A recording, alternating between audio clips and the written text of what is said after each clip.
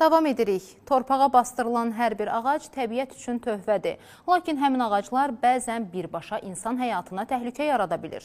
Xüsusilə səkilər boyunca düzülmüş qurumuş ağaclar gedib gələni narahat edir. Amma buna kənardan baxıb qərar vermək olmaz. Mütləq ekspertiza olunmalı və rəy əsasında ya ağac budanmalı ya da kəsilməlidir. Nərimanov rayonu Faiq Yusifov küçəsində kəsilən ağaclar kimi.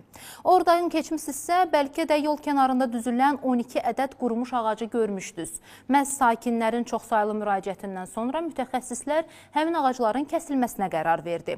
Amma gözəl xəbər odur ki, qurumuş təhlükə saçan ağacların yerinə yeni ağaclar əkildi. Həmkarım Nəzrin Nəzərli həmin prosesdə iştirak edib.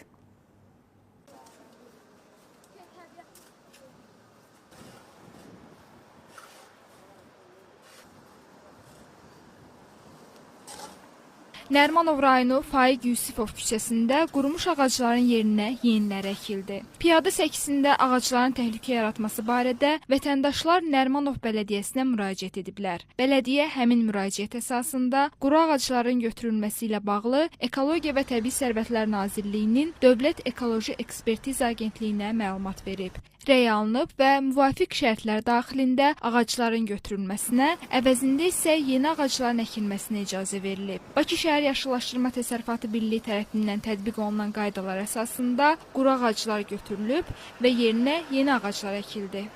Ağaclar var idi, hansı ki, bioloji inkişafdan qalmışdılar, insanların həyatına təhlükə yaradırdılar və eyni zamanda tamamilə kök üstə quru idi.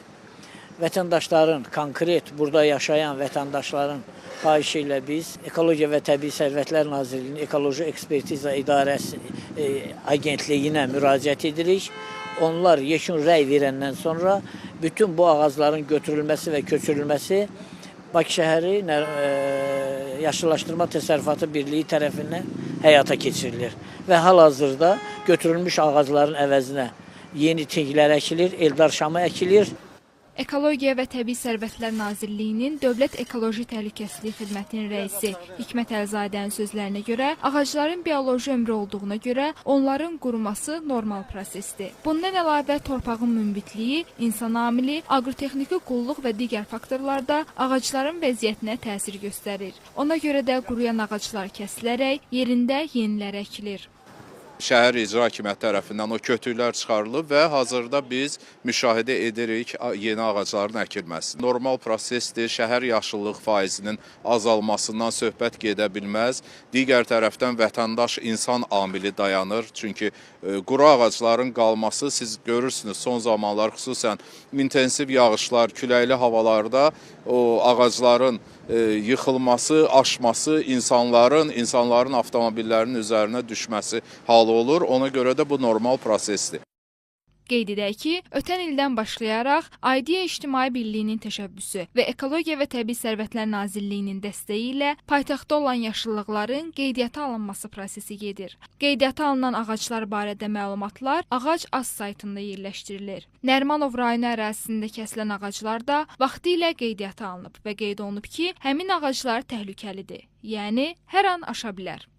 Adı çəkilən ünvanda 2026-cı ilin 19 yanvar tarixində bu quru ağaclar identikləşmə kodu ilə qeydiyyata almışdı, sayta daxil edilmişdi və bugün yeni ağaclar əkilərkən onların üzərinə həmin birkalar, identikləşmə nömrələri çıxarılıb vurulacaq.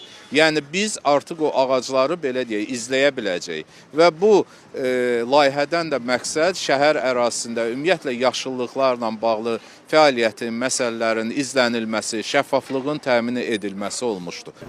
Qeyd edək ki, Faiq Yusifov küçəsində vətəndaşlara təhlükə yaratdığı üçün kəsilən quru ağacların yerində 12 yeni şam ağacı əkildi. Nəzrin Nəzərli, Rahim Mustafayev, Real.